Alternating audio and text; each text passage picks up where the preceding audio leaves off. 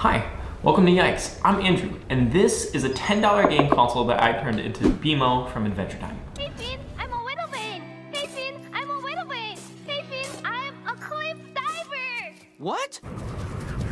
Now this little game console has a lot of cool little features. I'm pretty sure you can get this at Five Below or also Walmart, and it has over 200 games, which is gonna make it into the perfect BMO for me. And it has Pikachu.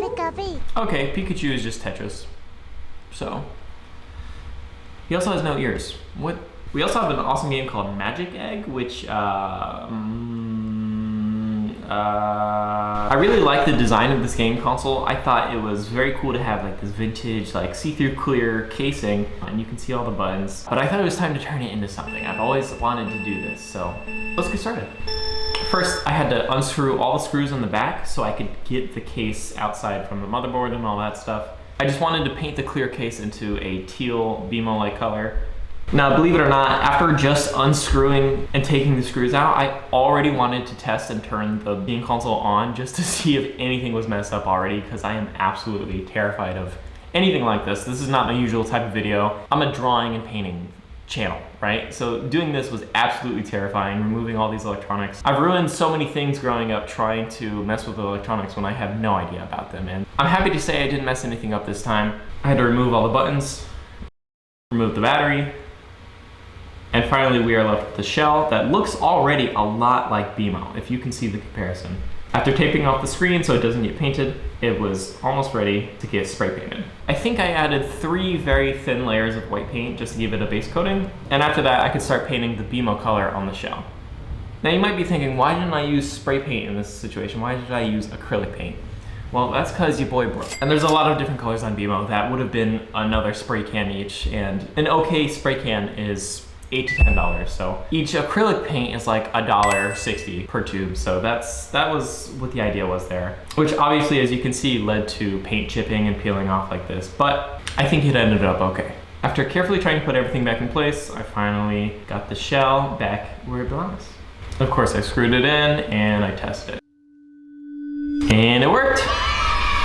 After this, I started doing some paint touch-ups just from all the places I missed, and I was trying to remove the excess acrylic paint from the buttons, like in between the crevices between the buttons. Obviously, he wouldn't be complete without his BMO signature name placed on the case, so I started to sketch it in with pencil, and so the idea was I could paint it with acrylic. But once I finished with that, I realized I didn't like the look of it, so I started over and I used a Cricut machine to cut out his name with vinyl. I gotta say, it ended up looking a lot better. This is one of the most satisfying but also scary parts because this sticky tape can peel off the acrylic paint. But after it was placed on, I think it looked very good on both sides. Now it was time for the arms and legs, which means it was time to go to Joann's Fabrics. Now, Joann Fabrics scares me because I've never been there, so I had to bring my big guard dog to protect me. Once I found a fabric that looked like BMO's arms and legs color that I was happy with, I went ahead and got it. And I also thought about stuffing them with cotton, but it was almost $9 a bag for so much cotton, and I only needed a little bit. But I found this mysterious floor cotton, so your boy did what he had to do. Back at home, I got the fabric ready and I cut out little arm and leg rectangles so I could roll it into a cylinder shape. And I used hot glue to close up the seams. On 2 of the cylinders, I bent the ends so that it could make a leg shape. And then I glued the legs to the console itself. I repeated the same process with the arms and cut out slits for the fingers. After measuring how long I wanted it to be, I cut the arms and glued it to the console as well. As you can see, I made a lot of BMO arms and I just wasn't happy with how they were turning out because they were either too thick or too thin, and I had to find 2 that were just approximately the same width. So after checking both sides just to make sure it was even and level, I went ahead and attached the arms, and as you can see they move. The game console still turns on and we are still alive. I used the Posca marker to add the dots for the Okay, let's try again. The speaker holes for BMO are now on him with the Posca marker, and the arms move. Do a little flap, and now the only step left was to give BMO a face. After using my Cricut machine again, I cut out the stencil for his face, and I went ahead and placed it on the console. As you can see, it looks terrifying, and I didn't know if this was because the face wasn't green, like in the show, like I had the face on a black screen, so I put it on a green Post-it note that I had, and I cut that to shape. But even that was looking pretty scary. So I did what any, artist or animator would do, and I just drew the face. I just drew the face exactly how BMO looked as a cartoon. And you know what? It looked a lot better. I added paint and I used the Posca marker to do like a black outline. And this was already starting to look so much more like BMO than the Cricut vinyl did. This was a good move. I was very happy with this. I was starting to feel like it looked a lot like BMO now. I added tape and then 3 layers of Mod Podge so I can seal it all in. And finally, it was ready.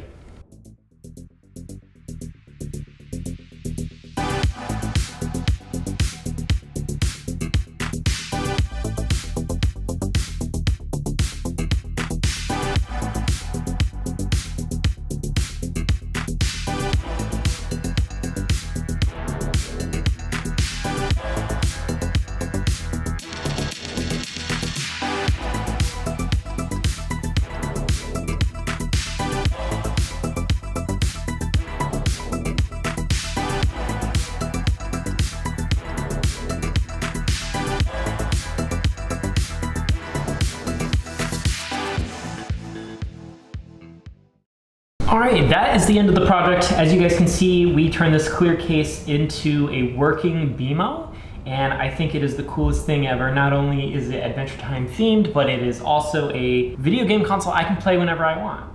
This is a little side story, but I actually had made an Enchiridion book that someone wanted to buy from me on Facebook Marketplace, and I also had this Finn hat and Jake hat that I made for Halloween costumes one year. So I was gonna give the 2 hats to them as well, and I wanted to give them the BMO here, but I didn't have it ready in time. As you can see, it just has the legs and not the arms or the face. So I almost got to give them the full package, but that was just a quick little side story I wanted to tell you. And side story number 2, as you guys may know, I actually also make tables. And at the exact time that I'm making this BMO video, somebody commissioned me to make a BMO table. So I'm gonna show you guys that. But please enjoy this little time lapse.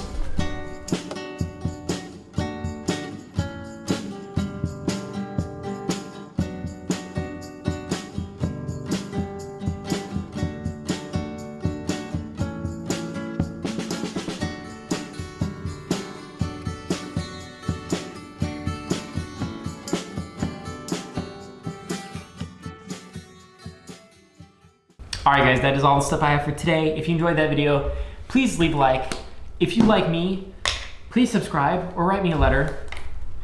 Take me to coffee. I feel like I had something else to say to you.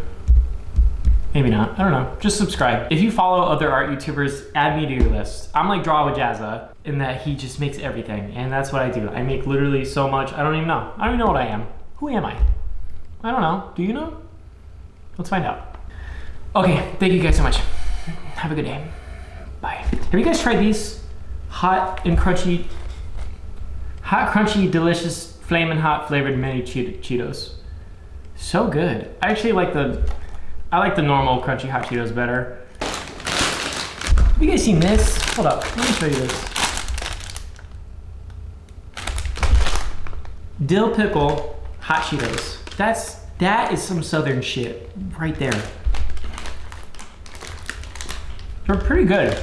They taste like if you were eating normal hot Cheetos, but you were near an open pickle jar. Okay.